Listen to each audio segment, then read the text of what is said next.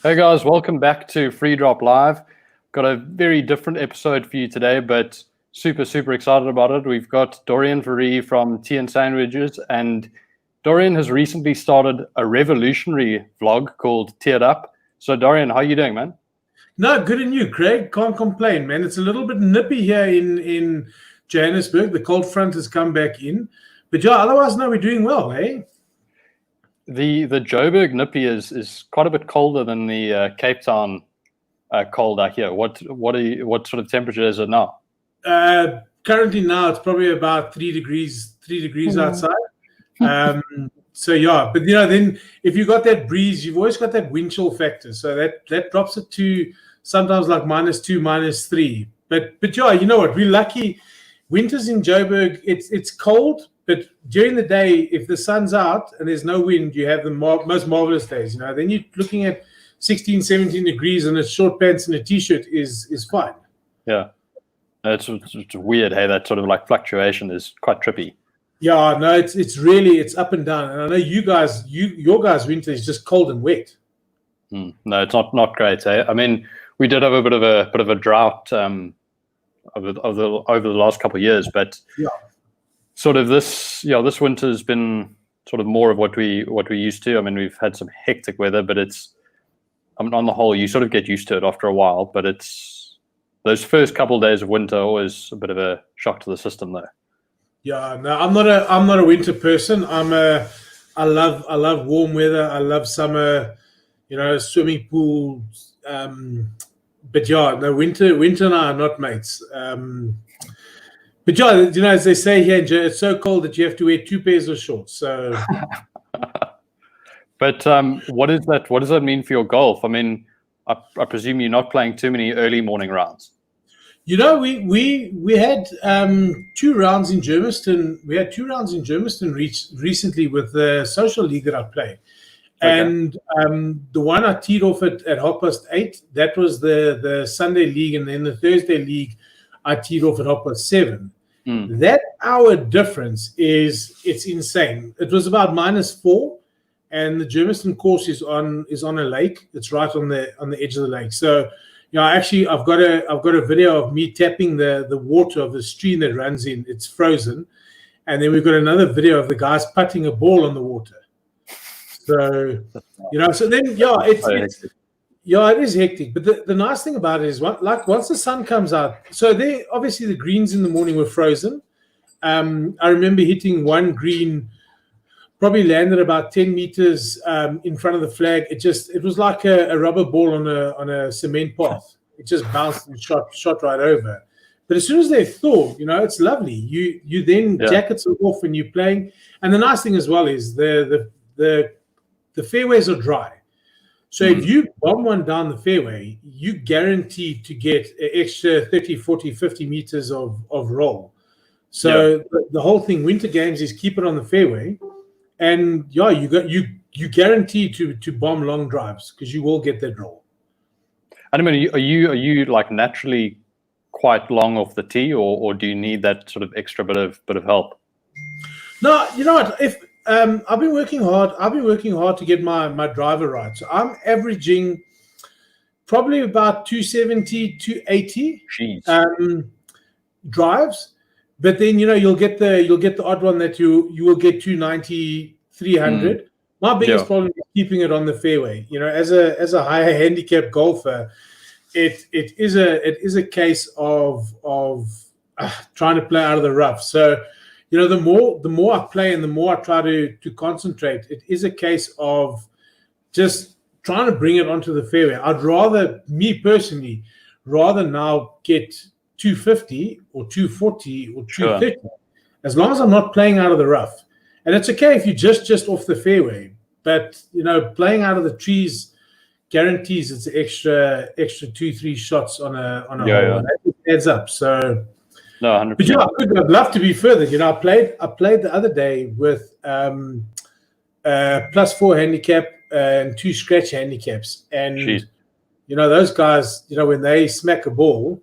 I hit the ball and it's great. They still got 20 meters on you. There was one hole, the ninth hole, where I drove all of them just because I had the roll. The difference came is my second shot was in the water, and all their second shots were on the green. So you're like, it doesn't matter if you hit it in the middle of the fairway. It's the next shot that counts. It's always the next shot. 100%. But it's weird, hey, like when you play with those exceptionally talented players. I mean, I played with a guy who's recently he's just got his tour card. He's obviously still waiting for the season to start, but Luca Filippi from Cape Town. And I mean, we played it at his home course at Milnerton. And anyway, we walk off the 18 and the 18th, and I said to him, okay, so what is that, like 60, 66? And he was like, no, 60, 64. So I was like, oh, okay. Sorry, excuse me, 4 extra shots. And he was, I think he was 1 over after 3. Wow. So it's amazing. Guys just have a different gear. But you know the nice thing is I thoroughly enjoy playing with guys who are really, really low handicaps. Because I'll take for example, I've only ever had one eagle. And I was playing with a guy called Ryan Esmond, who's studying to be a PGA professional and that type of stuff. And I think he also plays with about a +3 or +4. And we were playing at Eagle Canyon here in Johannesburg. And I started off, I was having a real torrid game. Started off on the back 9, and I was spraying it all over the place. And my putting was shocking. And he gave me a tip on, how to line up my golf ball. He showed me how he marks his golf ball and stuff like that. So that's a habit that I've adjusted or I've taken on. He showed me the little plastic gadget that he fits over the ball. I went out, I bought one of those as soon as I had the opportunity. So I marked my ball like that. So the roll on my putter is fantastic. But we're going to he's the type of guy that passes advice.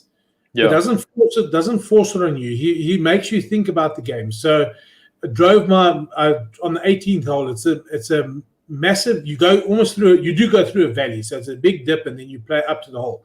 Had a great drive, and then he chatted. He said, "Well, what's your thoughts?" And I said, "Well, we're sitting with about 220 to the flag. It's uphill." I said, "I'm gonna lay up, and then I'll rather chip up, up to the hole."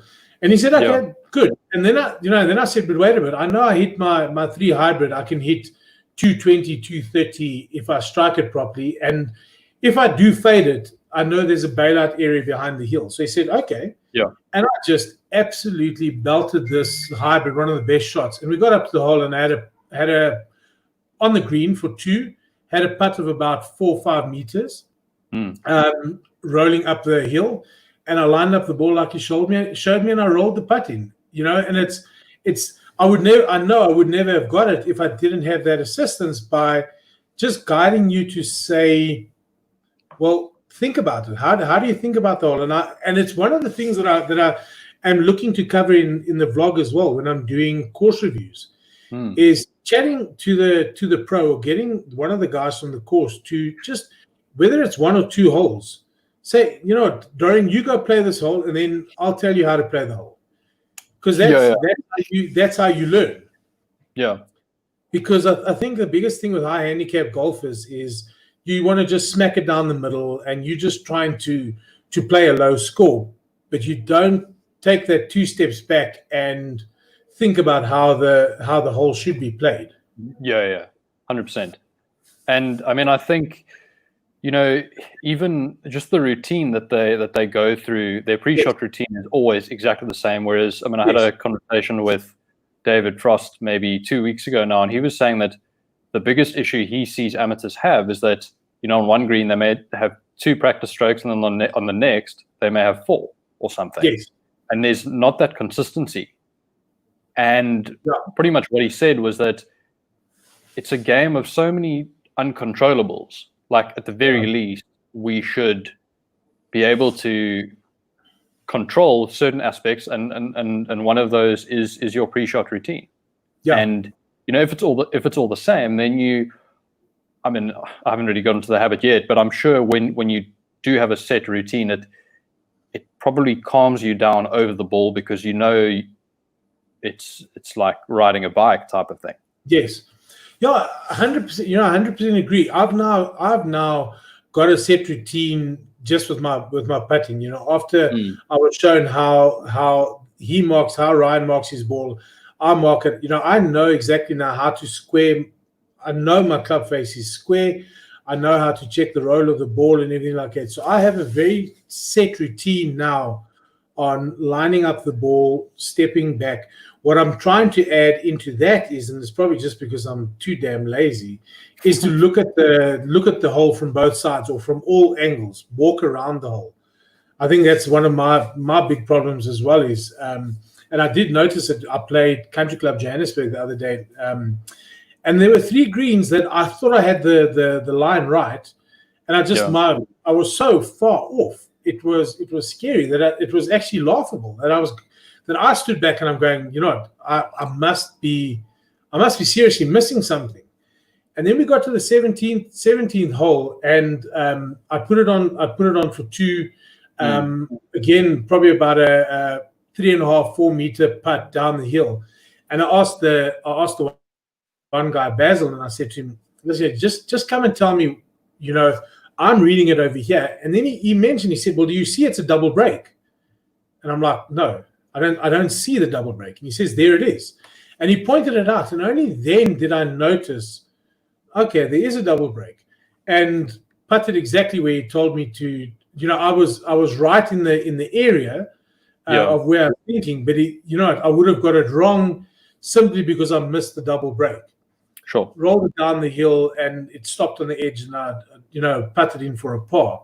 But it's that routine that those guys constantly have, and it's the little things. I try to now make sure that when I get to the course, I take a scorecard. Yeah. Simply because as some you double stroke on some holes, know exactly which holes you do double stroke. Yeah. So that if you don't have to bomb it down the fairway, you don't have to bomb it down the fairway. So it's a difficult habit to get into because you've been doing it for so long. It's not natural. So if I'll inevitably find, oh geez, I forgot to check the stroke on the hole. Yeah, I've got the scorecard, but I didn't check the stroke on the hole. So now I've played the hole. Oh, I shouldn't have hit a driver there. I should have laid up or whatever the case was to score that extra shot. So it's a learning game. Been playing it for donkey's years, and I don't think you ever stop learning. No, not at all. But I mean, you mentioned the vlog, and I mean, I think during this lockdown, some people started baking banana bread, and you started a vlog. So tell me about how that came about and how you got involved with Tee and Sandwedges. Yeah, so actually I'm part of I run a promotional marketing company, that we do branding and we do everything like that. But I'm also part of a network group, and one of the ladies in my network group, Stacy, does all the editing for the Tee and Sandwedges newspaper. So she would do the layout and she would do everything like that. And then when it went into lockdown and they couldn't get the publication out, because the Tee and Sandwedges publication has been out for donkey's years. You've always been able to find it at the pro shops, at the driving ranges, on the golf courses. You've been able to pick up your free copy there. And then all of a sudden lockdown hit and it was like, oh, wait a minute, how are we going to get it out? So they went digital. And then it was, okay, so now we need to build up a social media presence. And they just approached me because I do, I've got a big mouth and I've got a gift for the gab, and there's very little that phases me. And they just said, let's try it out. Let's do the vlog. So we've had 2 episodes out. It's definitely it's a real massive learning curve. The first one, I must have shot probably 100 videos just to try and get the first minute of introduction, because you stumble over your words and then you check you're not looking at the camera and you're looking here and you're looking there. And so we've got 2 out, and we've had another 4 filmed that are going into editing, and I'm filming another one. I'm filming another course review tomorrow, and I'm filming another one on Sunday. Jeez. And so the courses are the the clubs and the courses and the people have immediately shown an interest. So it's good. That's how we got involved, and we know that it's just something different. There's so many vlogs out there, and there's so many people. We're just trying to do something that South Africans would like, and just to get people more information on what's happening on South African courses. Yeah, and I think it's very relatable as well. Yeah, we're just trying to make it that it's good for everybody, because I've noticed over the years, golf in South Africa is played from the youngest to the oldest. You guaranteed when you're playing around a golf, and it's black, white, it's a multicultural sport, and it's fantastic. Yeah. So if you're not getting everybody involved and you're not having something for everybody, then you're gonna miss out. You have to understand there are always going to be old people playing golf. Yes, accept it. There's always going to be young people playing golf. There's always going to be somebody playing golf, and that's awesome. It's amazing to have. So just make something that's relatable to them. And I think one of the big things is trying to get just Joe Soap's view on what's happening out there. Yes. We all have a club. So let's say, for example, you said your home club is King David. Yeah, King David Mowbray. Yeah.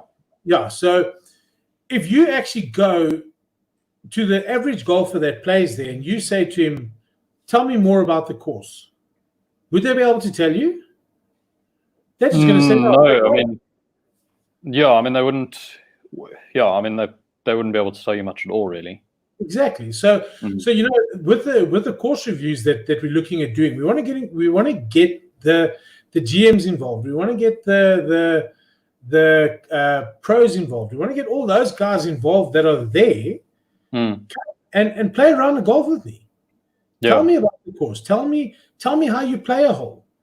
And I think there's a lot of low handicap golfers as well they're fantastic with golf, but they misread certain holes. I've seen it, and I'm sure you've seen it as well. Yeah, where they play a hole and they go, "Okay, well, I just didn't play that right at all." Yeah. And I'll give you another example. I was sitting with John on Country Club Johannesburg, and I'd only ever played that course once before. I was playing a medal event, and I shot 120. Yeah. It was just a disaster. And the par 3 fifth is a long downhill and then up to the green. Okay. And John said to me, he says, how have you played this hole? Just show me how you would play it. And I just walked to the tee box and I said, okay, that's where I'm going to hit it. And he stood back and he said, no, well, let me show you. And he said, if you stand on this side, look, and I think it's like I said, one of the big problems that mid to high handicappers have is you see the flag and your mind says flag. Oh, yeah. To hell with everything that's in the middle, I must go for the flag. Yeah. And he said to me, he said, so I teed up on the left side of the box. He said, now, can I show you something? Standing on the left side of the box, you're going straight for the flag, but you're going to hit into the trees on the right-hand side. He says that is just, and majority of golfers have that left to right swing. Or left to right ball flight. Sure. So he said, now come and stand on the other side of the tee box. Stand on the right-hand side. He says, now look directly at the bunker and tell me what you see. And all of a sudden, just someone pointing that out, I'm going, okay, wow.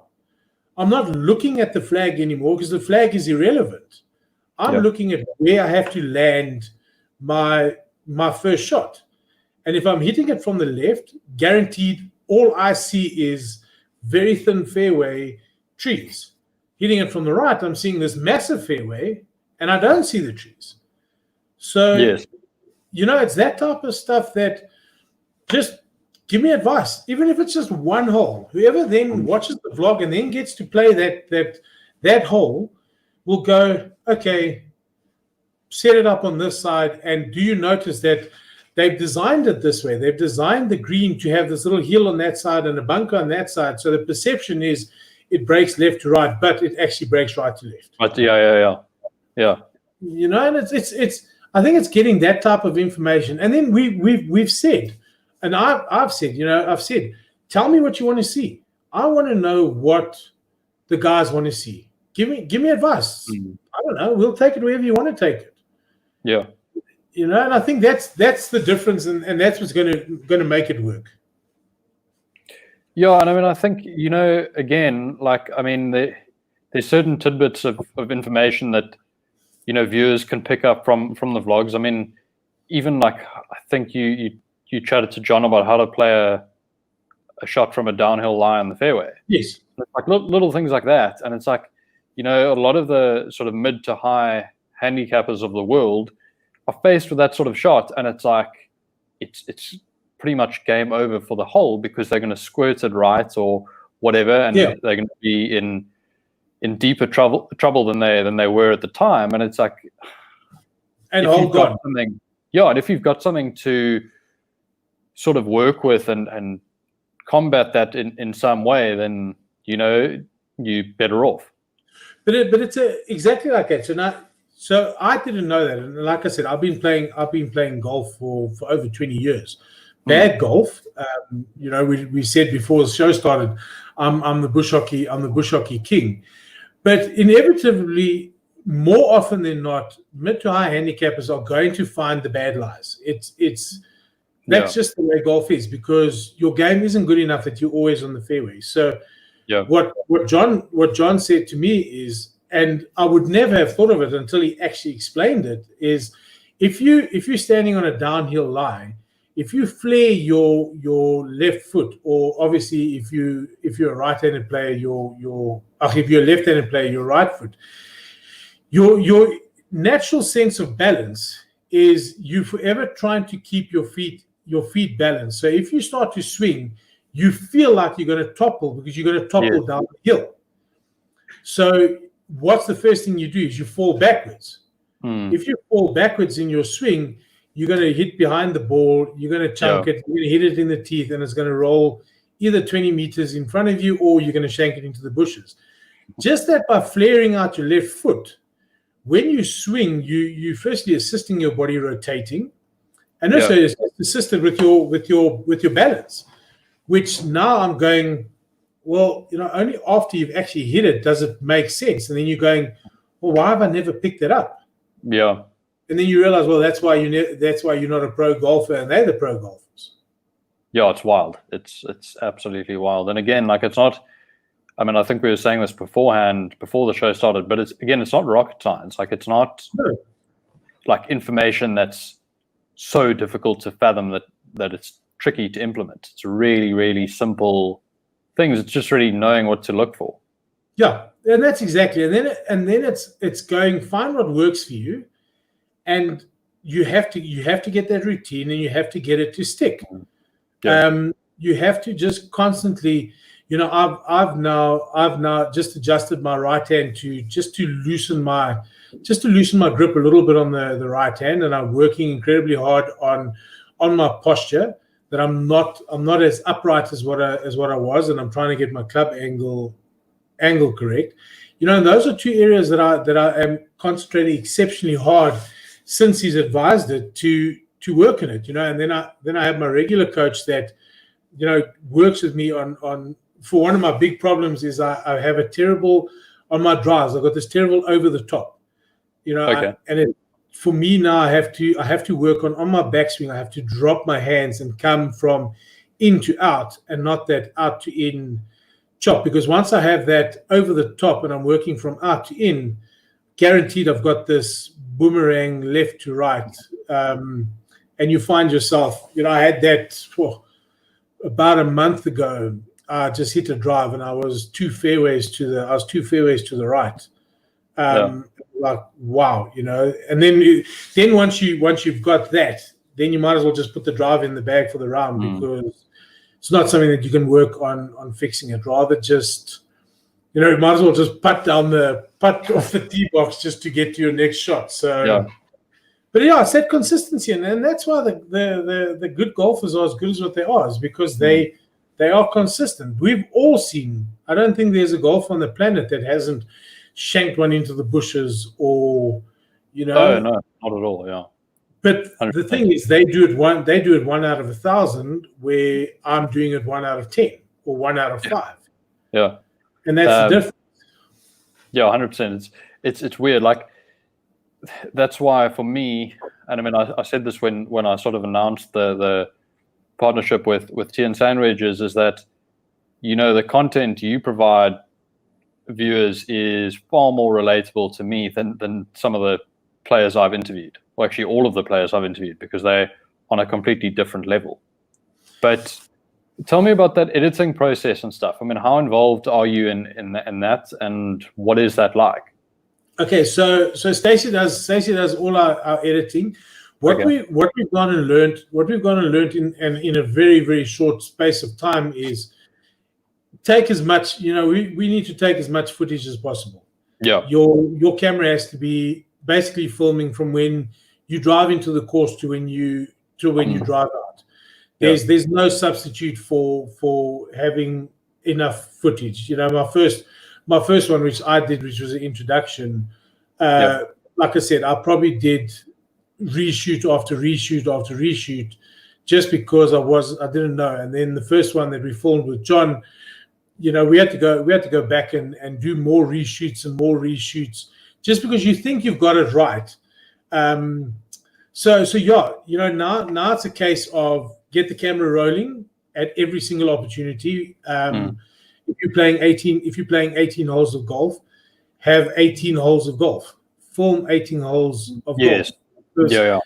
That way you can edit out as much things. So then, and it's also it's a planning session before the time. So, Lynn from Tee and Sandwedges and Alan come to me and they say, okay, this is what they want to see, and I'll say this is what I want, and Stacey will give her input, and we all come together and just say, okay, this is what we want to achieve out of this video. And then it's also trying to just get the people involved as well. We're doing with John. John is such a fantastic personality. He's absolutely just a wealth of knowledge that he just wants to share. So that's an easy shoot, because you're going to get the information. But otherwise, it's trying to get the guys involved, put as much aspect on them, and then get the footage back to Stacey, and then work on something like that. So we've done a club review now on the Wilson D7 Forged. I was very lucky. The guys from Wilson gave me the first set that landed in the country, so I got to test it out. Yeah, it's fantastic. Fantastic clubs. Tested those out. We've done a review on that. But that editing process is we will then take it to Wilson, and we'll say to them, listen, are you happy with the message we've given across? I'm a mid, like I said, I play off for 20 handicap, 18 handicap, depending on the round. So, my information that I'm giving, I'm not a scratch golfer that's going to say, okay, but you know what, if you change the club from an 85 that's not me. Yeah, I hit the club and I like the club, and that's I'm giving you my view as probably majority of golfers go. Firstly, the club is beautiful. It's stunning. It's a lovely club. Is it too short for me? Yes, I'm 6'4". All clubs are too short for me. So I know, I need to get them extended. But how does it feel when I hit it? What does it sound like? Because we all like the way our club sound. You're not going to hit a club that sounds like a cat. Yeah. If it's not pleasing to your ear, it's definitely not going to be pleasing to your feel. The first time you hit it and it ricochets, it could have been straight down the middle, but that sound is going to affect the feel. So I'm just saying, guys, I love the way this hits. It feels fantastic to me. I've got other guys to hit it. I want their opinions, and yes, I can tell you that it's a forged iron, and I know about the power holes, and I know what they do, but I don't know what the material is inside there. I don't know none of that behind it. To me, it's a great club, and if Wilson come back and they say, listen, can you please give a little bit more information about it, or whatever the case may be, we will do that, because that gives me the opportunity also to study more and also get more information about it. But ultimately, it is their brand, and it's the message and we'll do exactly the same. if we're doing Callaway, if we're doing TaylorMade, if we're doing Titleist, whatever the case may be. Yeah, we want to make sure that they're happy with what we get out there. So 100%. So that's basically the editing process. And then again, like I said, we want the viewers to tell us, you know what, I didn't agree with what you said there. Good. If you don't agree, you don't agree. That's why there are the different brands of clubs. That's why there are the different handicaps, because golf is a game that we all play off a level playing field, all using the same type of equipment made by different suppliers, doing different things, all trying to get the ball in the hole. So that's what makes it fun. 100%. 100%. And it's interesting you mentioned that those teething issues you had with the filming initially, and it's amazing the learning curves that one goes through. I mean, I sort of early on in the process, I think my third or fourth episode, I interviewed Garrick Higo, who won Rookie of the Year. And, we spoke for an hour and a half, and he was very, very gracious with his time, and it went really, really well. Yes. And I was listening back to it afterwards, and there was this weird, like clicking in the background. Yes. And I couldn't figure it out. I didn't know if he was like typing on his keyboard or something, which apparently he said he wasn't doing. But anyway, so we literally had to redo the podcast, which is a bit of an awkward thing to then have to, because you've done an hour and a half. Yeah, and then I think the same with I don't know if you know Dylan Naidu. He's also finished his first season on tour, and same thing with him. And I actually then realized that it was an issue with my recording app that was the problem. But it's awkward having to go back and sort of with your tail between your legs and kind of redo things. And I've got two that I've done. I've done 2 Zoom interviews. Yeah. Both were incredibly long chats. The first one, when I saved the videos and I looked at it, I had a terrible glare of light behind me, so the lighting was just shocking. So you can't use it, but you don't pick it up while you're actually filming. And then the second one, I had to try and get to look at the camera and just make it look like you are looking, because sometimes you could put the camera on top of your screen and then you're looking there, and people look like he's not looking at the screen. So I then pinned the person I was talking to, only to film the whole Zoom meeting of about 40 minutes, and it is just them. It is this massive screen with them sitting smack bang in the middle, and then you hear the voice talking, and then you see them answering. So you lose all the facial expressions. So it's a learning curve. It is, but it's a fun learning curve. And what I've also realized that I think a lot of people in today's day and age, if you're open and honest with them in the beginning, obviously you want to make the best impression that you can do from the beginning. But if you're saying to them, guys, listen here, anything can go wrong. We might have to do this again, and we can do it a little bit different, and I'm going to ask the question this way or that way, and inevitably I've done it before. Halfway through a sentence, you actually need a beeping button, and you're like, oh, did I really say that? And you're just like, oh, sorry.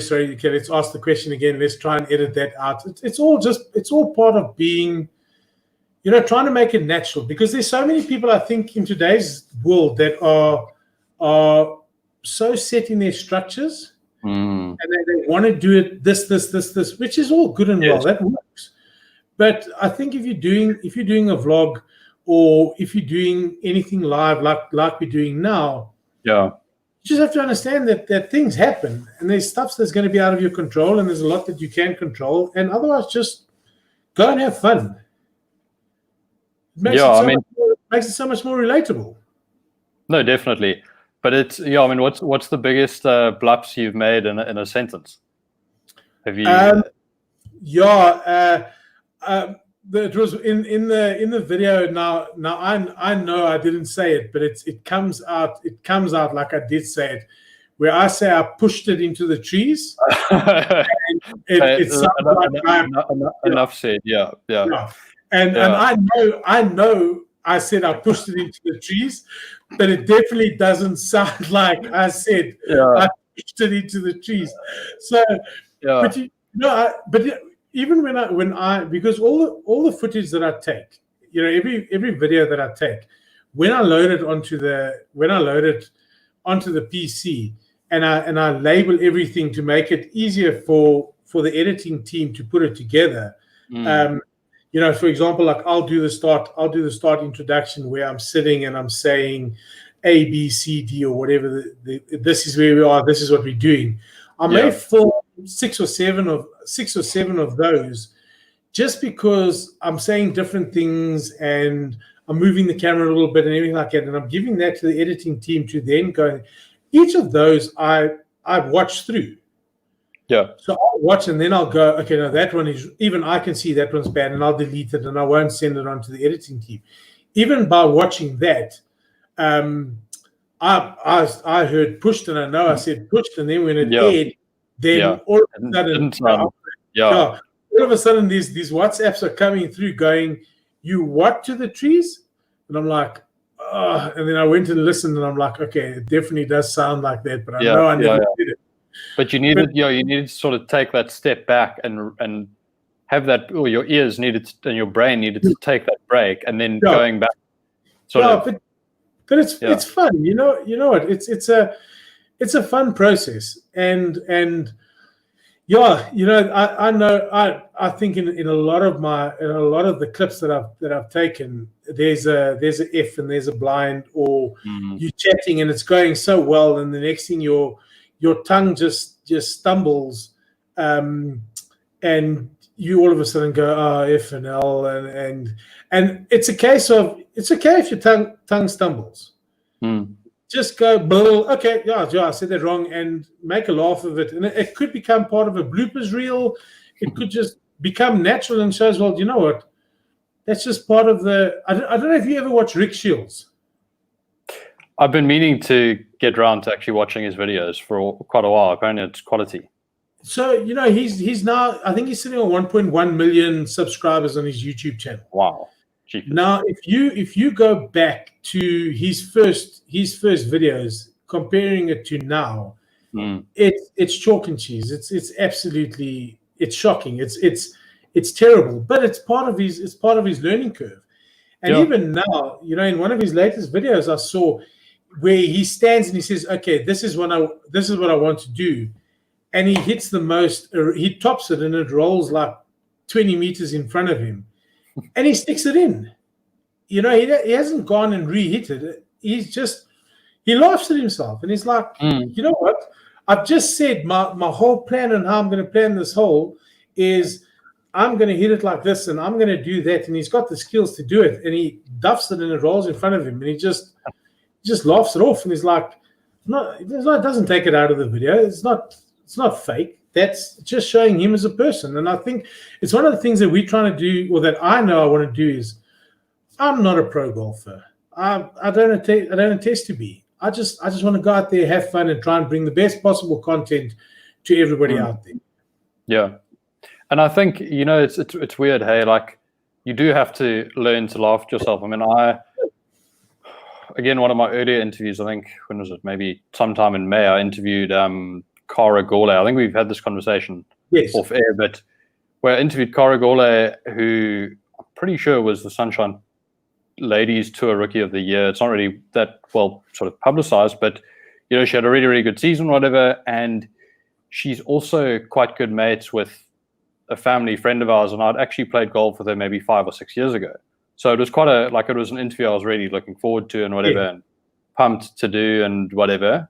I mean, she's a tremendous talent, but she, so literally the first sentence, I said, "Hey guys, welcome back to Free Drop Live. Delighted today to be joined by Cara Gole."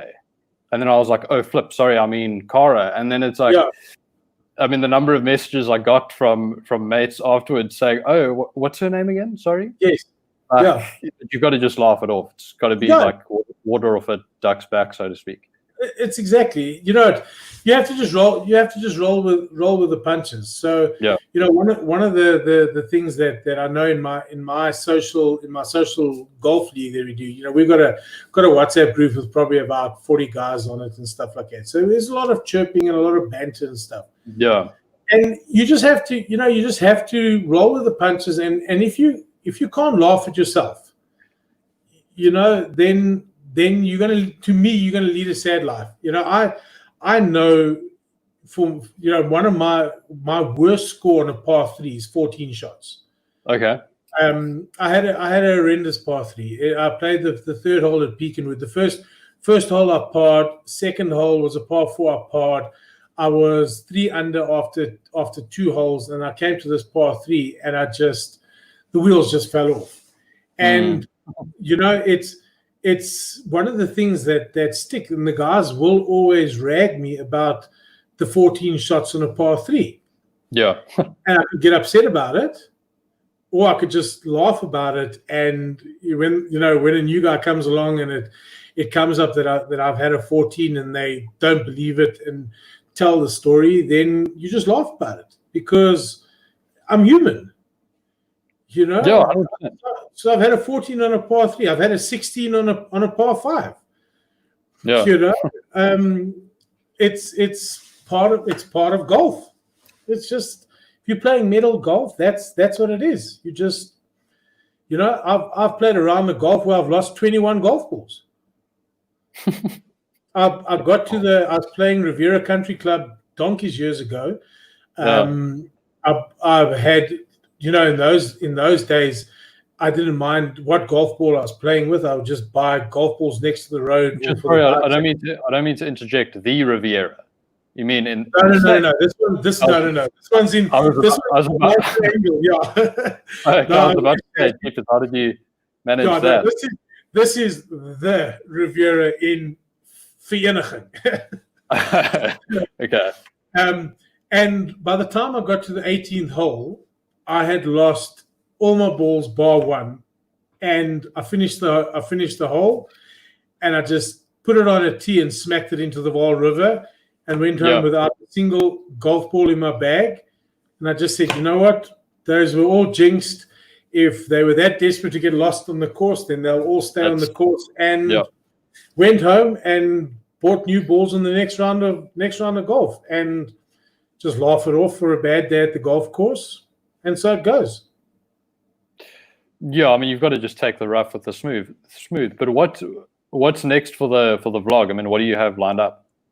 So we've got a course review that I'm filming tomorrow. The latest edition of Tee and Sandwedges came out today.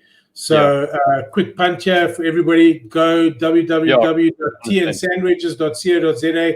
The digital copy is on there. Go have a look. And the course of the month is Jackal Creek. So I'm playing tomorrow with the GM. I'm playing with the pro there.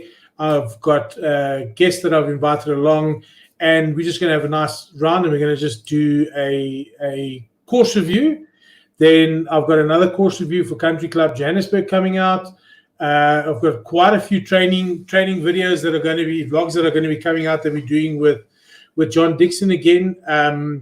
I'm filming those next week, and then the response has been good. So we definitely want to do a lot more club reviews, do vlog interviews as well. So we're trying to cover all bases. So we've got 2 that have been filmed that could go out as soon as the editing's done. We'll have another 2 filmed this week, both at Jackal Creek. One will be for the Tee and Sandwedges Golf Day. One will be for the course review. Next week, I'll be doing probably about 3 or 4 vlogs on just on tips and tricks around the green. My short game is abysmal. It's just shockingly bad. So John Dixon of Country Club Johannesburg, we're going to be doing some short game vlogs with him. So yeah, just with that, and then I've done an interview with Clinton from Durban Country Club. That has to go out. We need to redo our one with Else for Autism. That was the one with the bad light, so that has to be set up.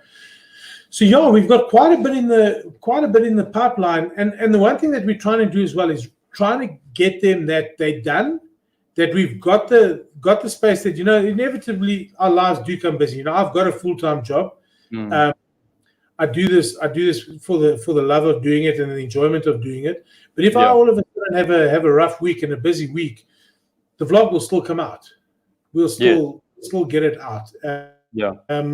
So yeah, I've got quite a bit in the pipeline. It's fun and exciting. And then again, I've said it in the first two, and I'm saying it in every single one.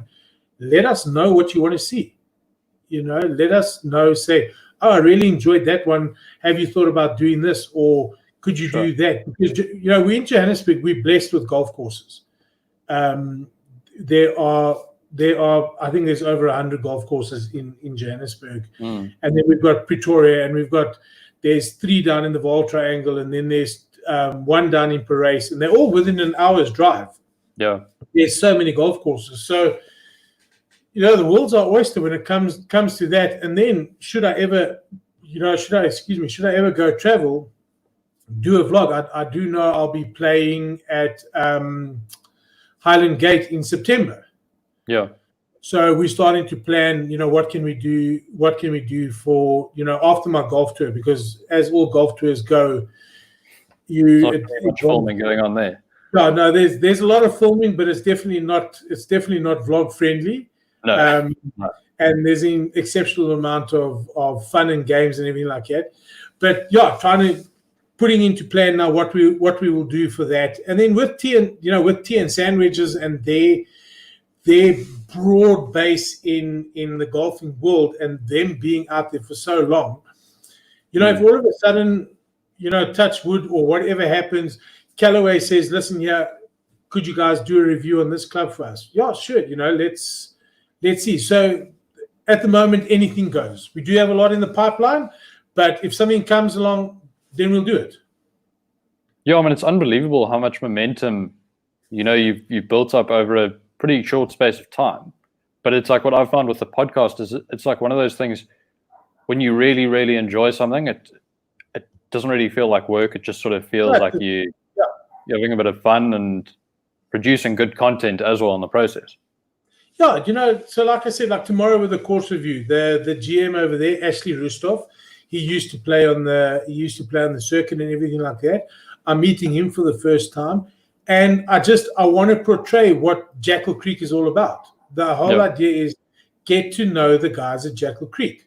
You see my face in every vlog. Yeah. But like I mentioned to you earlier, how many of the golfers actually know who is involved at their club?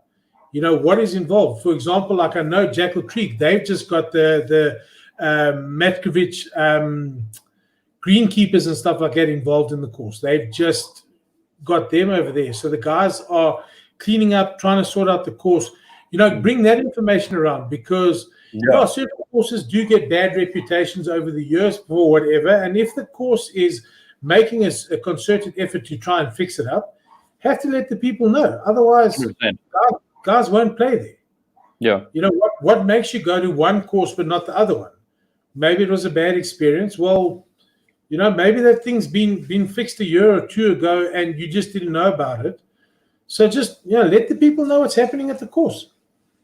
Yeah, I mean, I think especially now, like during COVID, I think we all need to sort of like rally around each other and do our best to help each other out wherever possible. And I mean, if you can get a few more guys on the tee for Jackal Creek, then I mean that's so cool as well.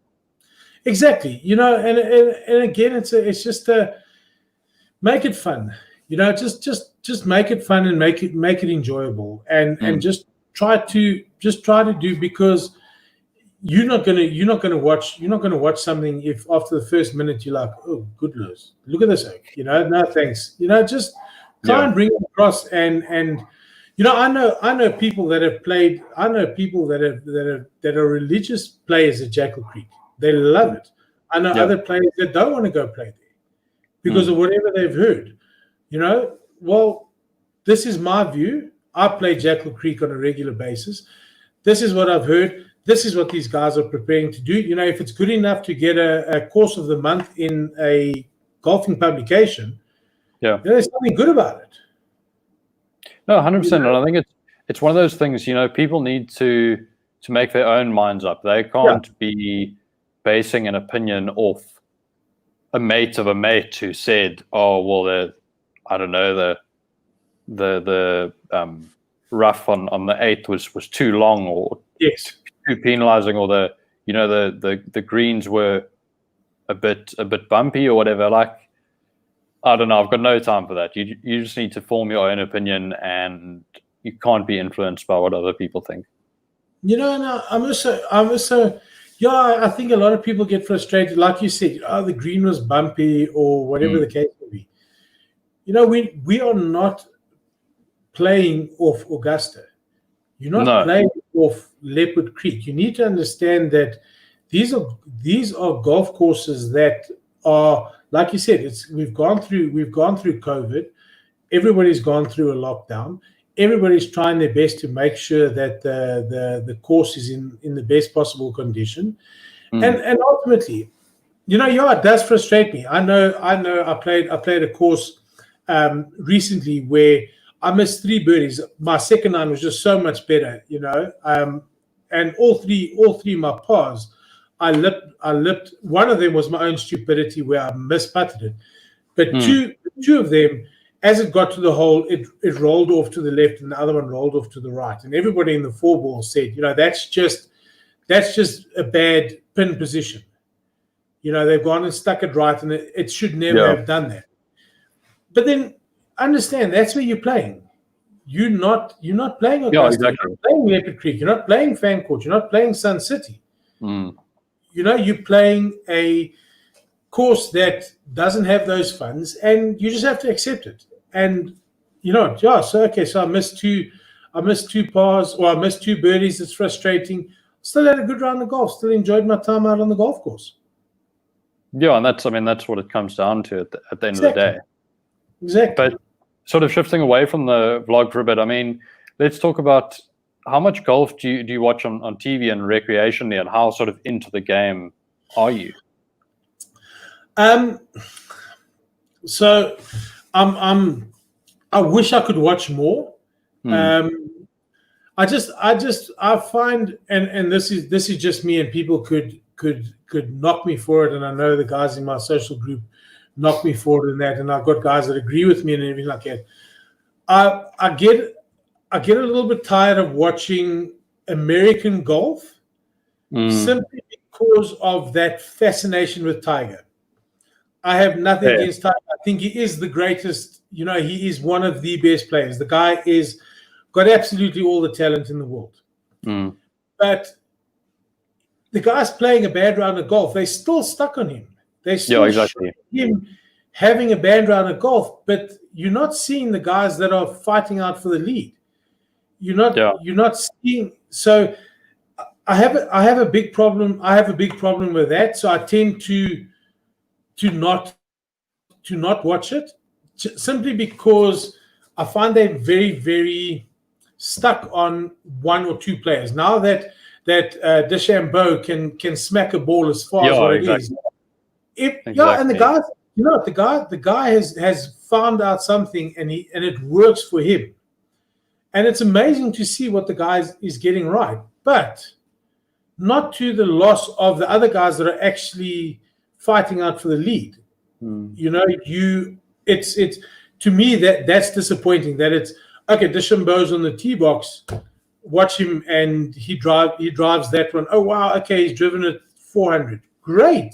Yeah, it's good to see, but I don't want to see that 18 holes in a row by not seeing the rest of the golf. So as you say, like if he's in contention, then great. But you've got to ask yourself the question that if it was someone like a Tony Finau and he was in the same position on the leaderboard, would you be showing him? Probably not. Yeah, exactly. But yeah, I mean, I don't know. I think, I've just thought of this analogy now, but it's kind of like when Tiger leaves the game, it's kind of like, I don't know how much cricket you watch. Yeah. But, when guys like Langer and Hayden and Warne and them retired for Australia, they went through a massive period of transition and they struggled. And maybe this isn't the best analogy, but it's going to be the exact same with TV ratings when Tiger starts playing fewer tournaments. And we already started seeing that. But we did see it. When Tiger was out for that long time with his back, Tiger is good for TV ratings. Absolutely. The guy is amazing for golf. He is an amazing golfer. Sure. But it is a case of you made that mistake once before. It's Tiger. Then all of a sudden he went away from the game and boom, all of a sudden viewerships are down by the millions. It's not that exciting to watch. Now Tiger's back. He's played 1 or 2 events after lockdown. He admitted he had a bad back. He had 1 good round out of 4. He made the cut. Yeah, but he scraped through, but it's to me as well. Every single article, if you scroll through Instagram, they're all Tiger. Well, what about the guy that he actually played 7 under on the final day, and he lost by 1? Where are those guys? I struggle to find the articles about those guys, and I struggle to find information about those guys. I like to know what players are playing with. I like to get that information, but it's incredibly hard. If you go type on Google, what's Tiger got in the bag, you'd probably find 100,000 sites all telling you Tiger plays with this, Tiger plays with that Tiger. But the guy ended up last. He made the cut, but he was 3 from the bottom, whatever. So what did Tony Finau or Gary Woodland or one of those guys that were in the top 5, what did they play with? So Schwartzel, I think he came 3rd in the 3. Yes. Yeah. Apart from 1 or 2 articles about him, there's nothing else about the guy and about how well he did to end up playing 3rd. Do you know, I think I watched the whole Sunday sort of coverage, but I think for the first hour, I think he dropped 1 maybe in the first 3, and they didn't show him for quite an extended period. And it's like, that's a bit annoying because he's playing in the final group. It's not like he's like maybe 3rd to last or whatever the case may be, but they're still not showing him. It's bizarre. I think, and even someone like, I think Fratelli also had quite a good last round. And I didn't see him. I think he had finished, to be fair to them, I think he had finished before or was finishing up just when coverage was starting. But it's annoying from a South African standpoint. They've literally got to be probably leading the tournament even leading the tournament. Even leading the tournament, I found that, yes, Tiger had finished way before the viewing started. But it's that Tiger did this today. Oh, Tiger played a bogey. Oh, Tiger had a good putt. Oh, Tiger this, Tiger that. Not knocking the guy. I've got the utmost respect for him. But it's destroying. So now when you're watching European Tour, where they've just had the British Masters, I found that so much more excitable. And I didn't watch much, but I definitely got so much more information out of it because they're concentrating on the guys that are leading, and they're giving a fair shot. They're giving a fair shot to everybody. And it finished on Saturday, but it was enjoyable. It was enjoyable to watch. To get back to your original question about how much I watch, I don't nearly watch as much as what I want to, but I do prefer to rather watch European Tour because Sure. I just enjoy that style of golf more than the American tour at the moment. Yeah, and it's like, there's none of this like excess like fluff with that there is on the PGA Tour. I mean, sure, like charities are a big part of the PGA Tour model and whatever, and I've got all the respect in the world for the work that they do for charities and stuff. Yes. But it's like there's none of that with the European. So it's all golf. It's wall to wall golf, and I mean, I think like we don't want to be watching Jim Nantz and Nick Faldo sort of on a split screen. Well, not since COVID, like on a split screen talking. Yes. Like, they can be having the exact same conversation while showing golf shots. It's almost like an angle that, you can have a couple times during the coverage window, but the rest, it should be golf. It should be golf, but I also found that the recent one at Muirfield, if they showed the leaderboard once, they showed the leaderboard 500 times, and you can scroll the leaderboard at the bottom. Show me golf. That's what I'm watching. Yeah, and also you mentioned now about Faldo and the commentary and stuff like that. I just wish these guys would relax and just chat and have fun. Yeah, so everything is so analytical, just chat about golf. Don't have to overanalyze every single shot.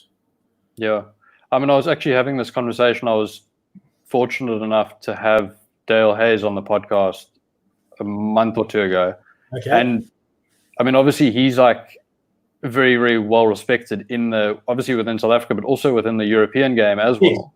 Yes. Having won like 4 times or whatever it is on European soil. And he was saying that just the mindset that the European commentators like Tony Johnston himself, and I'm trying to forget the others, but Doogie Donnelly and them, I mean, they'll poke fun at each other and they'll have fun. You get the impression that they're enjoying themselves.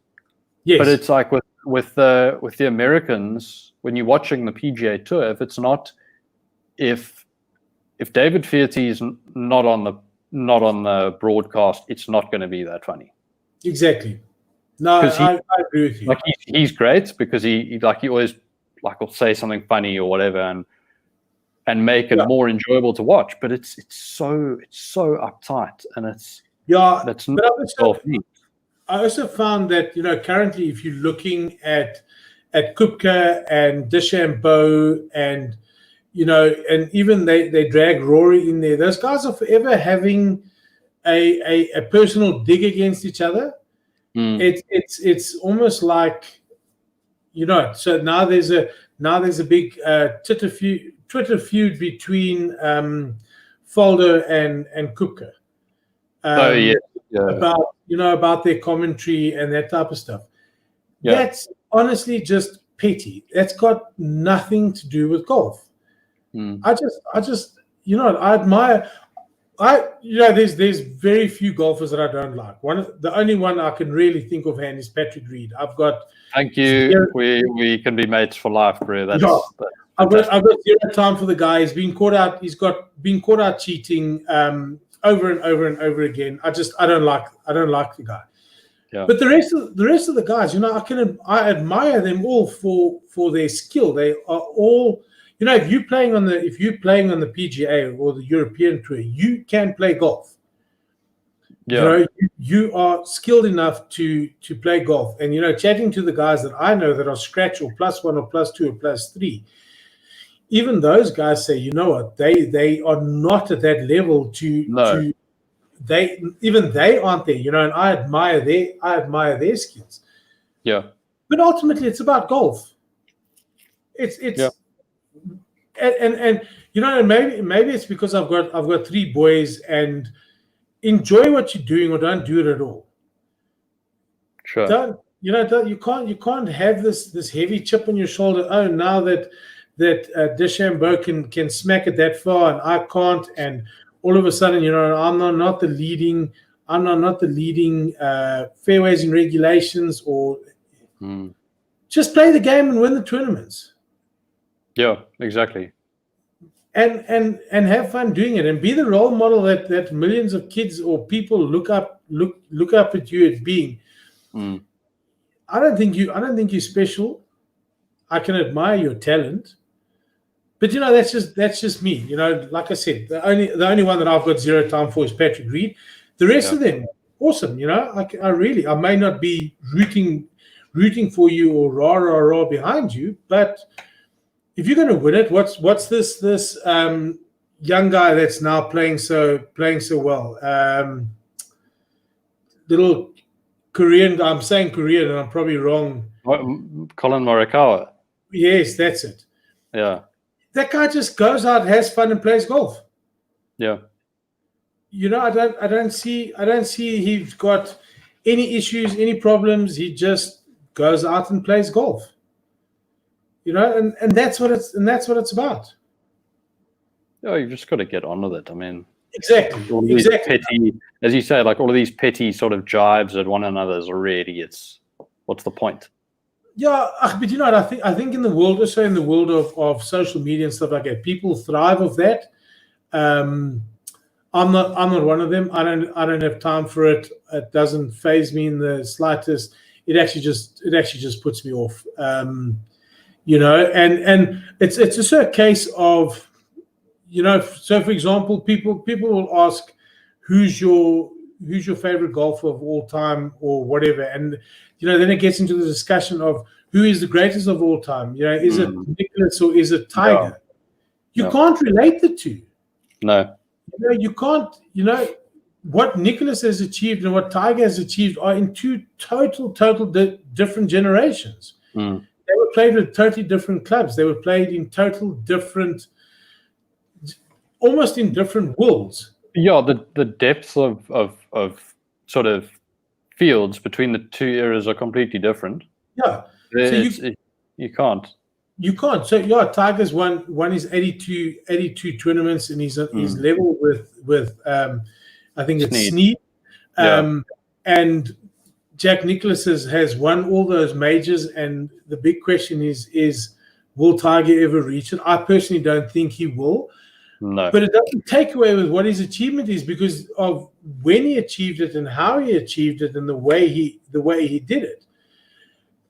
And this is again my view. I think if you had to have taken Jack Nicklaus in his prime and stick him exactly like he was in his prime with those clubs and those equipment and everything like that, and move him into this generation, he would be so far behind everybody else, because wasn't athletic. He's not anywhere on that standard was. But I think if you had to take Tiger and put him in that generation playing with their clubs or whatever, you can't compare. That guy was special in his generation. He was. Yeah. You can't take anything away from him. You can't compare him with anybody. You had your big three in that generation, which was Arnold Palmer, Nicklaus, and Gary Player. Those guys, what they achieved was amazing. Then you've had your Tiger generation, and yes, he's still there. Now, who is the next generation?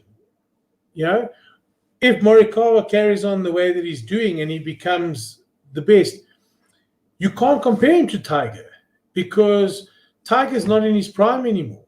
So don't relate the two. Accept the guy for what he's done. Yeah. So it's interesting. So we've clearly established you're not a big fan of all the coverage that the Tiger gets, and by the same token, you're really not a fan of Patrick Reed. So who do you enjoy watching? I mean, is there anyone in particular that? Okay, so firstly, I've got a lot of time for Gary Woodland. Okay, so with me being a Wilson ambassador and stuff like that, I only got to know Gary Woodland as once he joined on playing for Wilson and stuff like that. And then, what he did with, I don't know if you ever saw that video clip with the young girl, Amy, at the Phoenix Open. Yes, yeah. Now that to me shows what a sportsman is all about. And, I've then delved further in, and he's still to this day contacts her on her birthday. He contacts her on a regular basis. It's not just been a case that that was just there for the Phoenix Open and everyone. The cameras were on.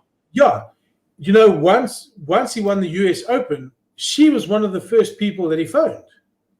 That's insane. That's such a cool story. He got hold of her. So they then had an interview with her on one of the millions of talk shows in America. He came on to that talk show to talk with her. He made sure he was there because she has become such an integral part of his life. And he's never broken that. So I really admire Gary Woodland for that type of player. Other than that, I love watching Louis. King Louis, that guy, if I could have a swing, that guy would. There's just, Ernie, obviously, firstly, Ernie, just because of the Big Easy, but but I really, really enjoy watching Louis. And then, I enjoy watching good golf. I love Rory, but I don't believe Rory's heart is in it. I think Rory's got all the talent to be the world #1 golfer as well as Tiger, but I don't think he's committed enough. But I like to watch good golf. I like to see that the guys are human. So there was DeChambeau that got his 11 or 12 the other day because he just thought he could clear the water and he smacked it out of bounds, then said to myself, no, I can't do this, and smacked it out of bounds again, and then said to himself, no. And that relates to me in the sense that that's exactly the stupid things that I would do. Yeah. So but firstly, I love watching Gary Woodland, I love watching Louis, but I like to watch good golf. So again, don't have a specific favorite. Who do you like to? Yeah, I mean, I was thinking about this earlier. I think Spieth was definitely someone. I mean, because what is he? He must be maybe 3 or 4 years older than me. But I remember when I was in grade 10 in 2013, he had just won the John Deere at 19, and I thought, wow, like that's epic. Yes. And then obviously he had all of his success in 2015, where he won the 2 majors, was in the playoff at the Open, etc., and then won the Open in 2017 and stuff. And that's been really difficult for me to see like the state of his game now. Like I don't know. I really hope he turns it around. I honestly don't know how he. I don't know how he went from that level to where he is at the moment. Something. Yeah, so I mean, I think what a lot of people have sort of narrowed it down to is his driving accuracy is way down. I mean, I think it was last year. Last year he actually putted better. He had the best putting year of his career, and yet he had a shocking year. Well, not a shocking year, but I mean, he's really solid over the first 2 rounds, and then he just falls apart. So it's interesting. That's a mental game as well. That his mental state isn't right. Yeah, it could be, and I think he's probably got so many different things going on in his mind. Like I don't think he's 100% settled on whatever he's working on with his swing. And I think, I mean, I'm sure he must be well aware. Well, he is obviously aware of what's being said in the media and stuff. You can't tune that stuff out. But I think, I mean, it's insane. He hasn't won in 3 years now. I mean, I think it was 3 years on the weekend. Yeah. And that's 100%. And I mean, a lot of people back him to turn it around, and I do too. But it's just a case of when. I mean, like I was thinking about it earlier, and I was actually going to put a poll out on free drop, which I mean, some people may laugh at, but is he going to win again in his 20s? Because he's 28 now, 27. Oh. And it's like he doesn't know we have no idea where his next win's coming from. Yeah. He's not even up in contention. You could. No. There's certain players that you can always, maybe, for lack of a better word, put some money on. That there's always a good chance that they're in contention, but his name is never mentioned anymore. There's always that big question mark behind his name. And I agree with you. I like watching him. He's got all the talent. But just not there. But it must be incredibly. I don't know. As much as I'd love to be a pro golfer, sure, I think it must be hard on those guys. No, it must be. I mean, there's so much glory. Yeah, but you walking on the course and you've got a booger in your nose and you want to pick your nose, and then the next thing it's on the camera, or you're trying to have a word with your caddy because you're having a bad day, and then the thing's picked it up, and the next thing, oh, you've said that, or you said that. Oh, no thanks. You know what? I don't know. Hey, sometimes I don't think it's all made out as good as what it's made out to be. No, I mean, I think it can be such a sort of lonely pursuit. I mean, actually, so sort of post-COVID, a couple of my podcast guests have started playing competitive golf again overseas, and one of them messaged me after some post that I did on Free Drop saying, "Yo, thank you so much for the support. Like, it really means a lot to me." And I replied to them and said, "Listen, like, it's all well and good to now support you now, and whatever, when things are going well, but you'll still be hearing from me when you miss a cut. It's not. This isn't this like superficial thing, because it's good content to be posting your finishes on Instagram. Like, it just be such a grind, and it's like, you almost need to, like, if you do have mates or whatever where that's their living, you've got to like be looking out for them and like help, like offering words of encouragement, because wouldn't want to be pursuing that." It's like everyone. No, sorry, Karen. No, I think that all day, every day grind, and then if you're having a bad day, it's for everybody to see, and then now the questions already start creeping in. What will happen? Has this happened? Has that happened? And maybe you're just homesick and you just want to be with your family. And but how could he do that now? Oh, you know what? Thanks, but I'll take the money though. I'll definitely take the money. Yeah, look, when it's going well, the money. I mean, classic example. Garrick Higo last year, rookie season on tour, earned 1.2 million rand, and I mean now this past 2 weeks ago earned on the European tour earned 16,000 euro, which is like 320k or something. Yeah. And so I mean that's nice, but when it isn't going well, I mean I also know, or a mate of mine is a struggling, or an acquaintance of mine rather, don't know if mate is too strong, but an acquaintance of mine has been battling on tour for a few years now, and it must be such a lonely.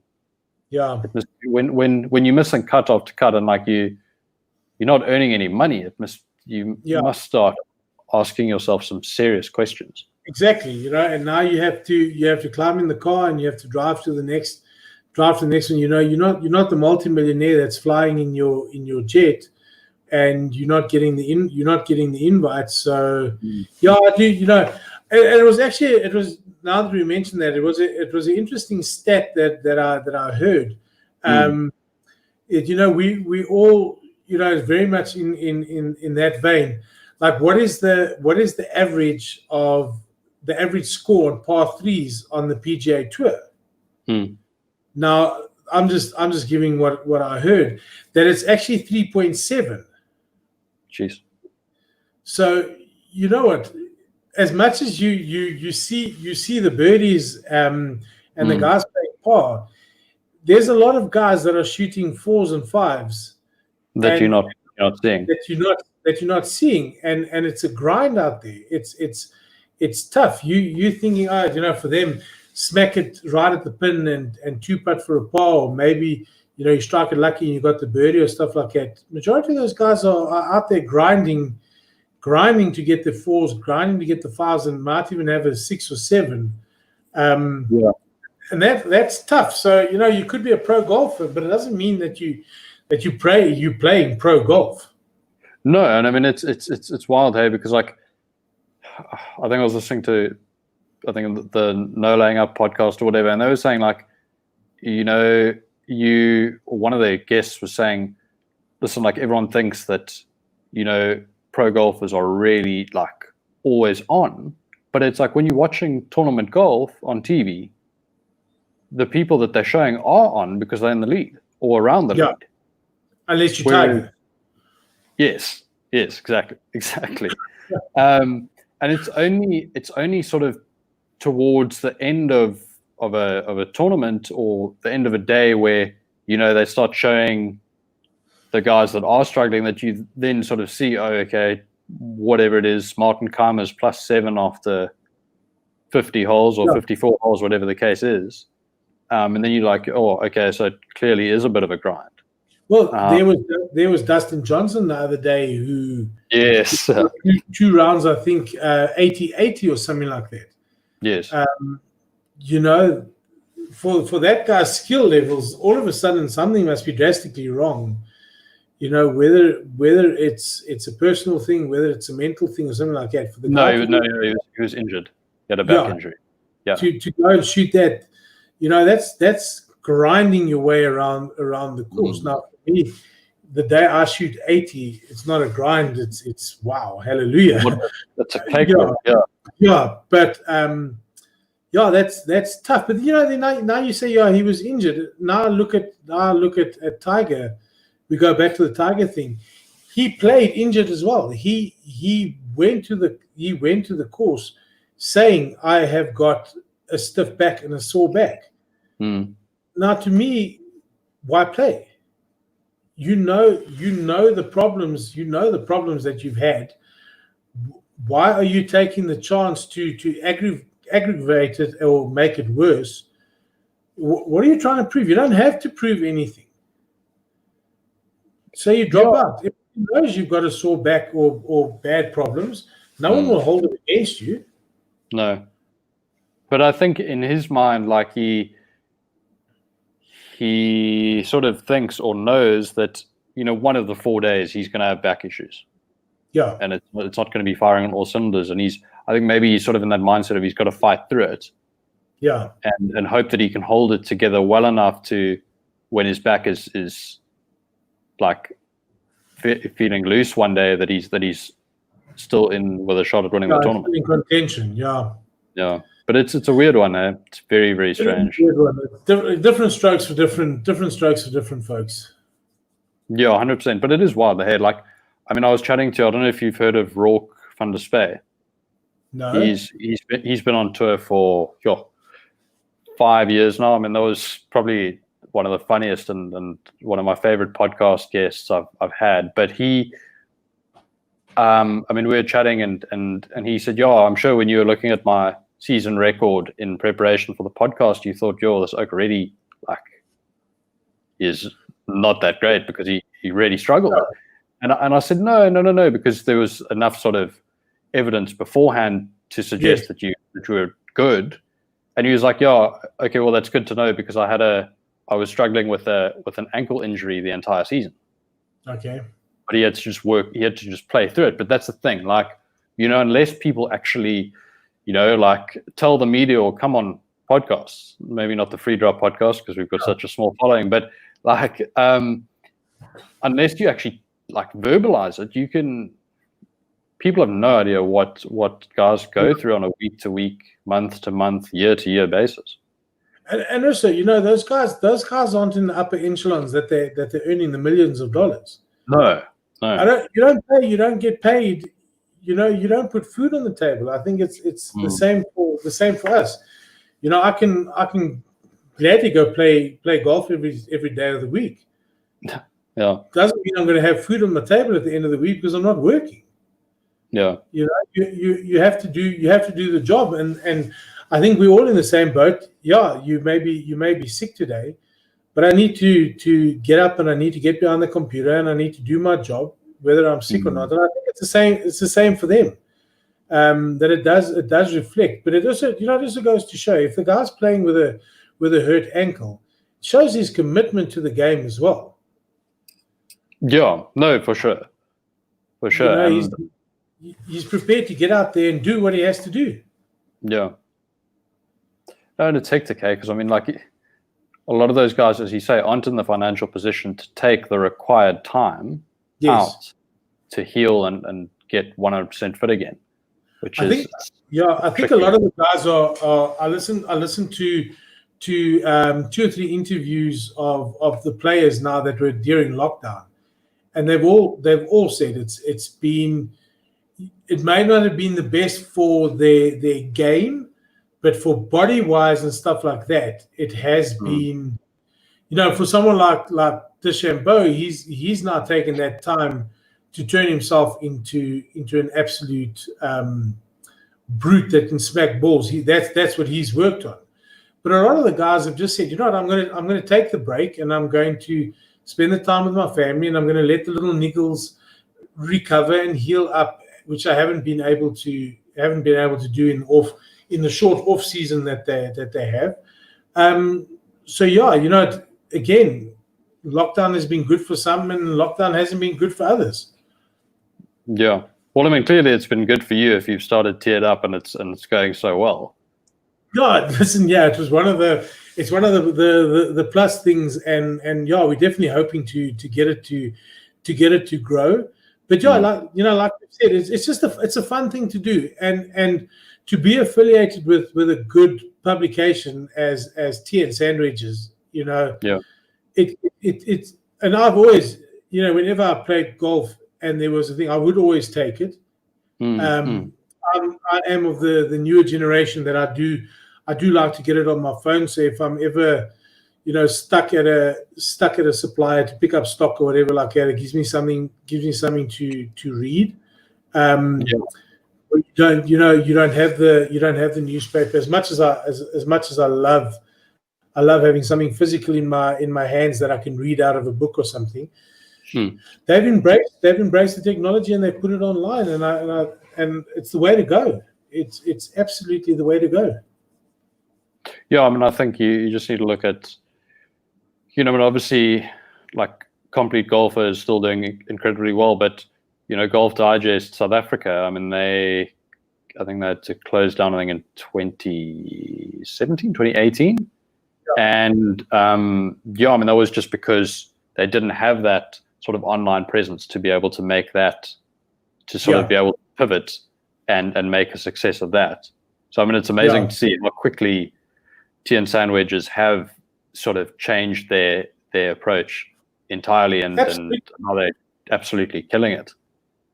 Yeah, listen, it really was a case of, sink or swim, and with Lynn and Alan, they've been in this business for so many years. Just I think their name and their standing in the golfing community, is just up there, that it allowed them to be able to do that, to make that pivot as quickly as what they did. And it comes, it also comes with a lot of headaches and a lot of troubles and stuff like that, because both Lynn and Alan have admitted they're from the generation of printing, and they're the generation of publications, and for them it's a learning curve. It's a learning curve as well on what and where and what do the people need and stuff like that. So we all, we had a meeting today, and it was a good brainstorming meeting about, what's the next steps? What can we do with the vlog? How do we take it further? What do people want to see? How do we get people involved? What feedback can we get? How people are already starting to ask questions about, how do I get involved with the vlog? And we don't want to sell them a product that we haven't ironed out the ironed out the creaks and the all that type of stuff, the little glitches and stuff like that. So, it's to try and get them the best possible package for their brand, because ultimately, a golf course is a brand. Yeah. And you have to do that brand justice as much as what we have to do Tee and Sandwedges justice. Sure. Tee It Up has to do justice to whoever they're dealing with. Yes. It's and again, like we said in the beginning, it's not my story. My story was said in the first episode about who I am and whatever like that. Every vlog is someone else's story, whether it be the Wilson Staff D7 Forged Irons, or whether it be Jackal Creek Golf Course, or whether it be John Dixon at Thing. I need to be able to portray their story and get their story across and do them justice for the viewers to have a look and then make their decision based on that. Yeah. No, I mean, I think you guys are doing an absolutely phenomenal job. As I say, I mean, it's insane how quickly things have come together and how quickly you've gathered momentum. It's unbelievable. No, I appreciate it. It's fun. It's a fun thing to do, and look at yourself. We've got you on board now with a great collaboration there, and it's people that you have to collaborate with, people in the know. And that's how it grows, and start to look after each other, and everybody will go from strength to strength. Yeah, I mean, again, I think also because South African golf media is so small relative to the rest of the world that it's I mean, but I mean, you've been super gracious with your time, an hour and a half in. So do you mind if we finish off with a couple of quick fire questions? Go for it. Cool. So your favorite course you've ever played? Samola outside Neisner. Just absolutely beautiful.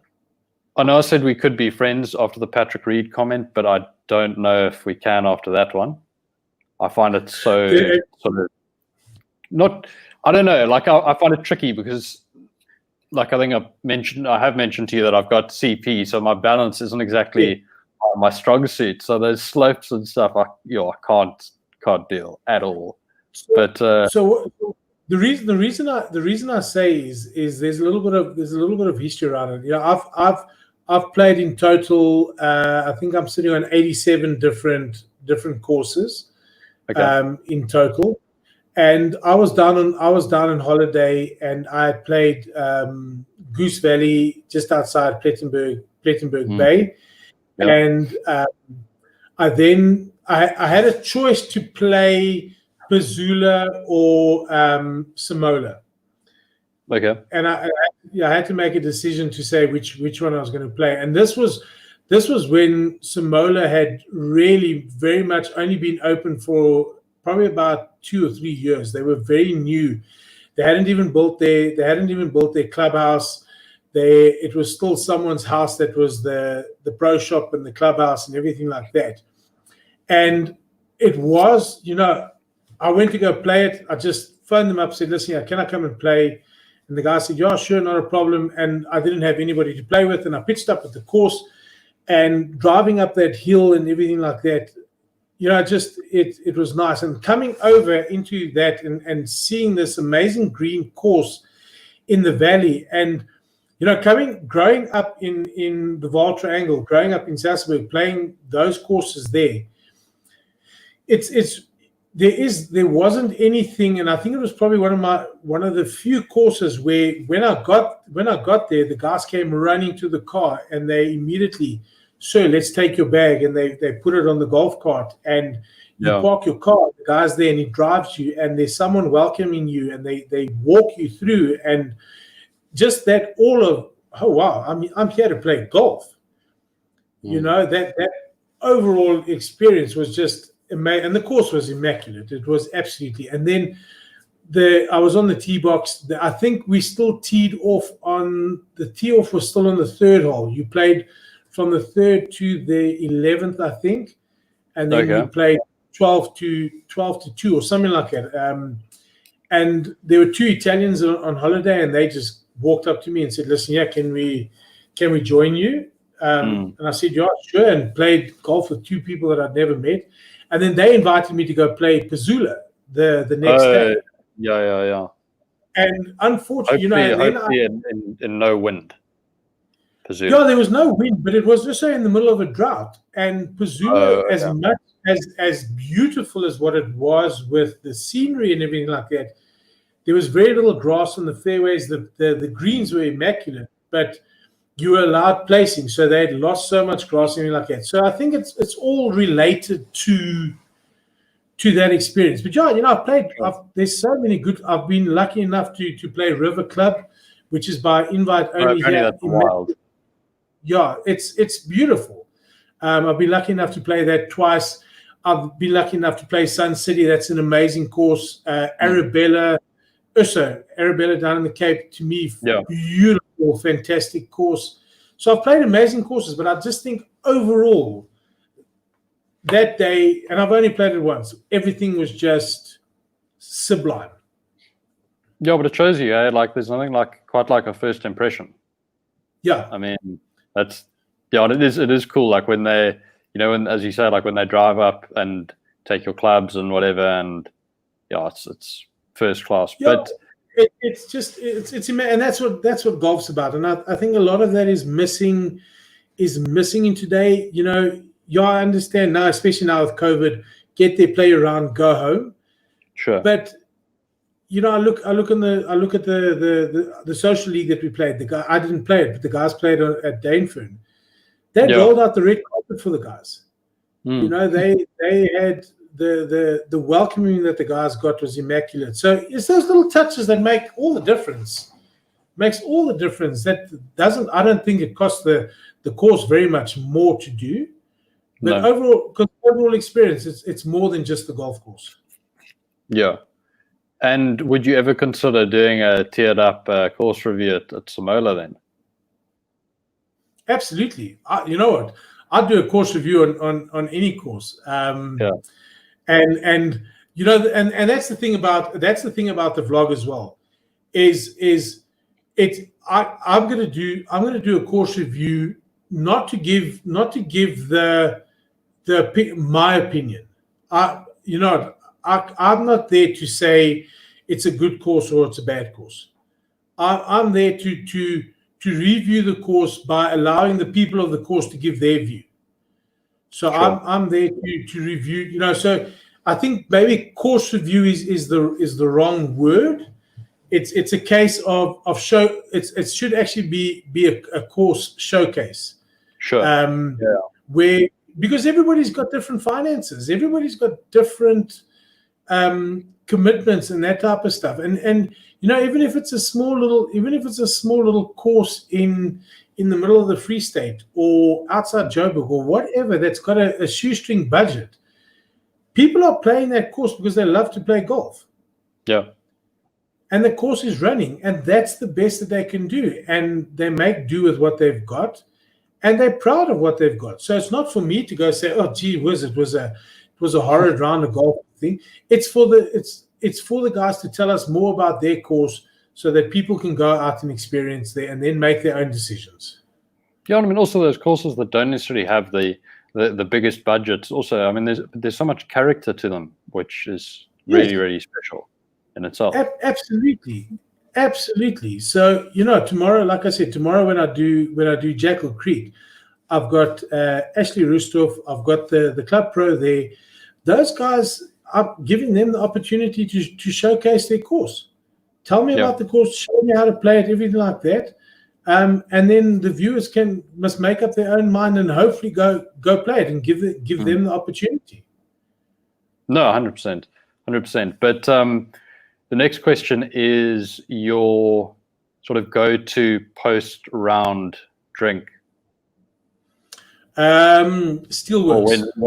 Okay, cool. When we could actually do that after rounds of golf. Yeah, when you could actually, refreshing just to have a Steelworks. I'm not a big drinker. I've never been a favorite of beer and stuff like that. Although the Amstel Radlers do seem to go down like a homesick mole. They do. they do seem to go down very, very well. But yeah, after a round, definitely a large steelworks is the best way to go. And one course in South Africa you'd really like to play? I've actually got two. Fan court. Have to there, and then Leopard Creek. If those two would be on definitely be either one, So hint, if anyone's listening, I'll gladly come and do a vlog on either of those courses for you. I think if they are listening, it's probably through Tee and Sandwedges and not Free Drop, because we've only got like 75 followers. I was about to say they're there to listen to you. They're definitely not there to listen to me.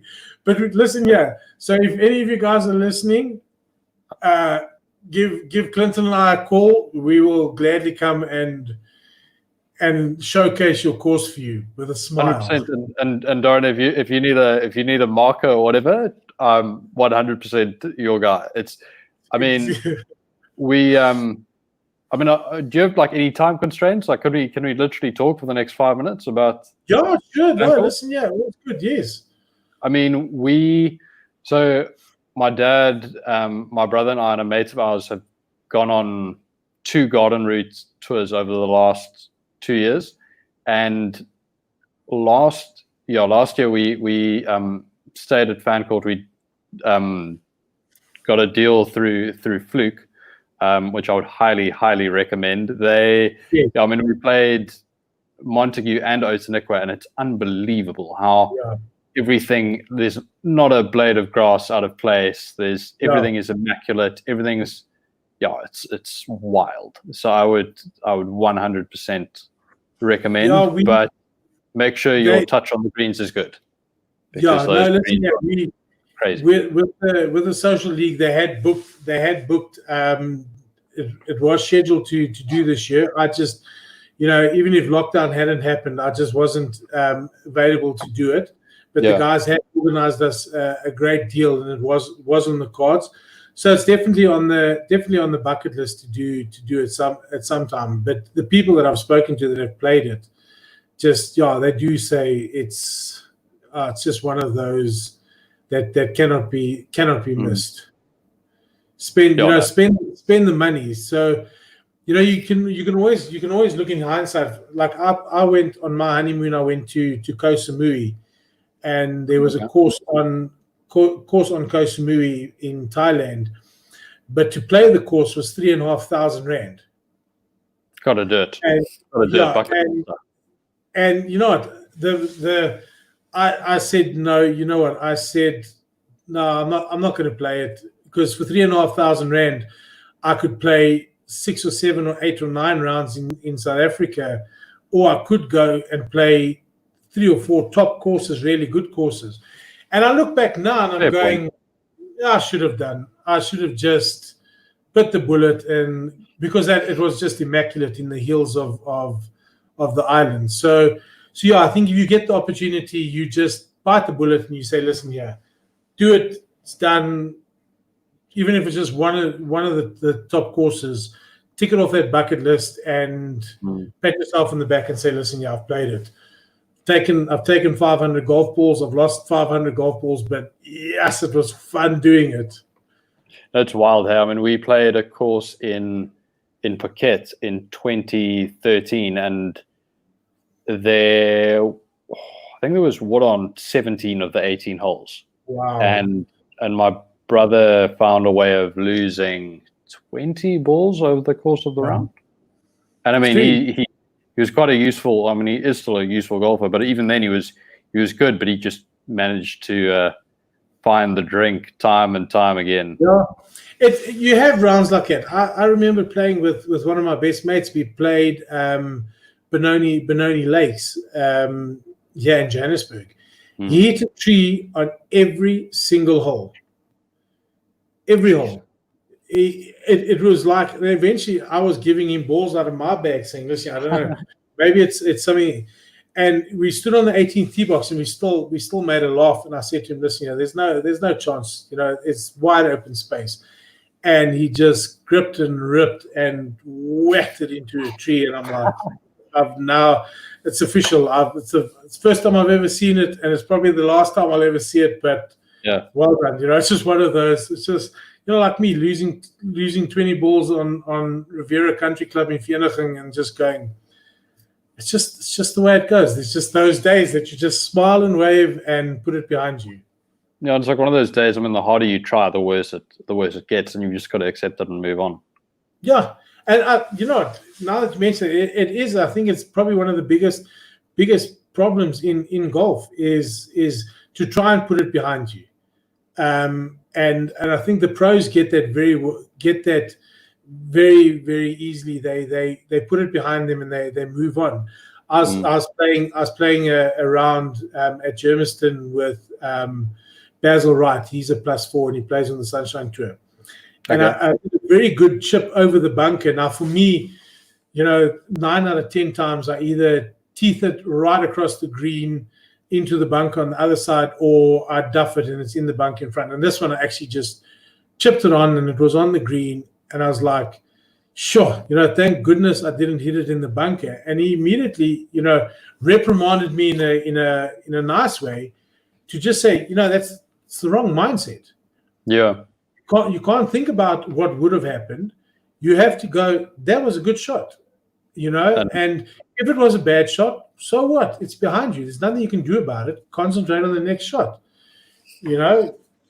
and that's a tough lesson for me is you look at the water and you're like, the last time I hit it here in the water, I need to aim a little bit further left or a little bit further right.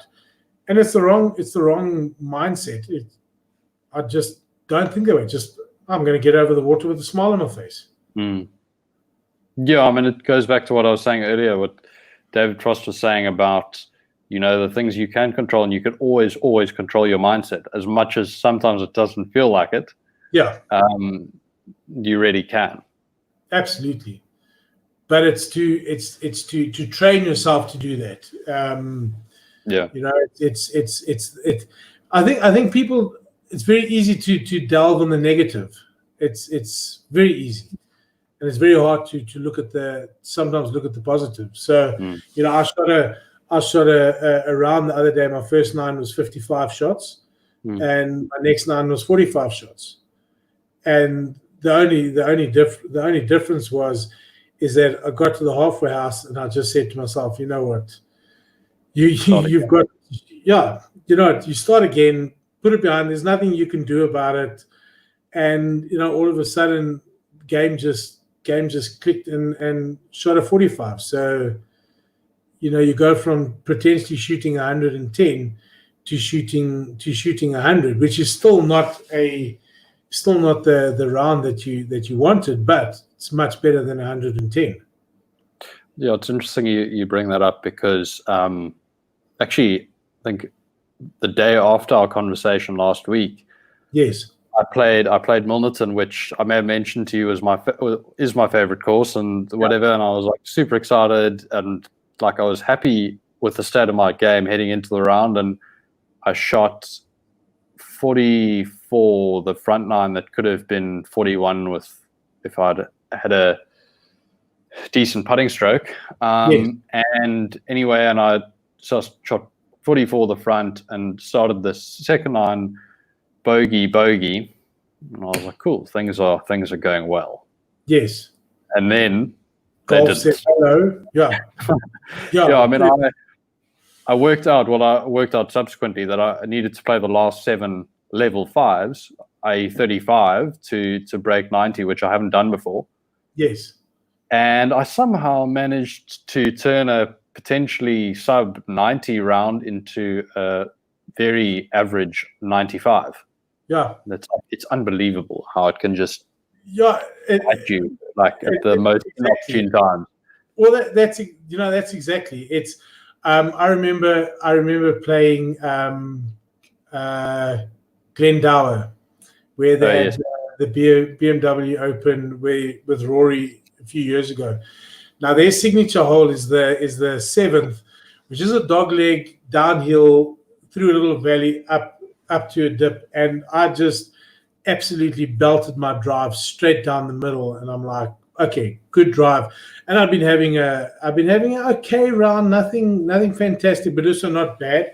Hit the most amazing second shot, put it 1 meter from the flag. It just dropped right down next to the flag, didn't spin, just sat right there, putted in for birdie, and I'm like, yes, okay, now that's golf. And teed it up on the next hole, and it was honestly, it's like the golfing gods just said to me, listen here, somehow we've given the wrong guy the birdie. We need to sort this out. Yeah, we need to make amends. And I just skied my tee straight up into the trees, and it ricocheted 30 meters to the right. And I was standing there going, how do you go from one hole playing three of, and I always related this way, that going for those 3 holes, I was one of the best golfers in the world. Because every single thing just went right. Yeah, so maybe on the day Tiger Woods would play a par, or Rory would play a par, maybe he'd get a birdie. I'd be on level with those guys. For that hole, I was one of the best golfers in the world. Until the golfing god said, but no.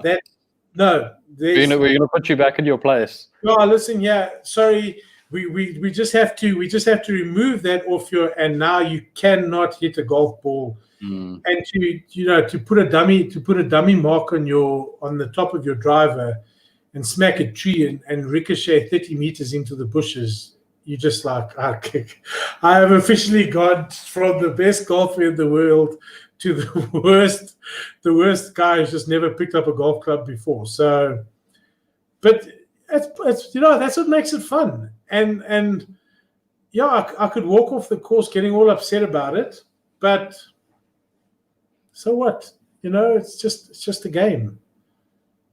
100%. Couldn't have said it better myself. So my final question is, when do you think the next vlog is gracing social media platforms? Should definitely be out next week. Hopefully before the weekend. It is the next vlog is the D7 forged irons. But it came out yesterday. I don't know, My Golf Spy. I don't know if you know My Golf Spy. No. Now, My Golf Spy do club reviews and everything like that, but they're probably one of the top people in the world they really go in depth and everything like that. So they then announced that the D7 Forged are the number one iron around currently in that bracket. So I need to just do 1 or 2 edits to include that in.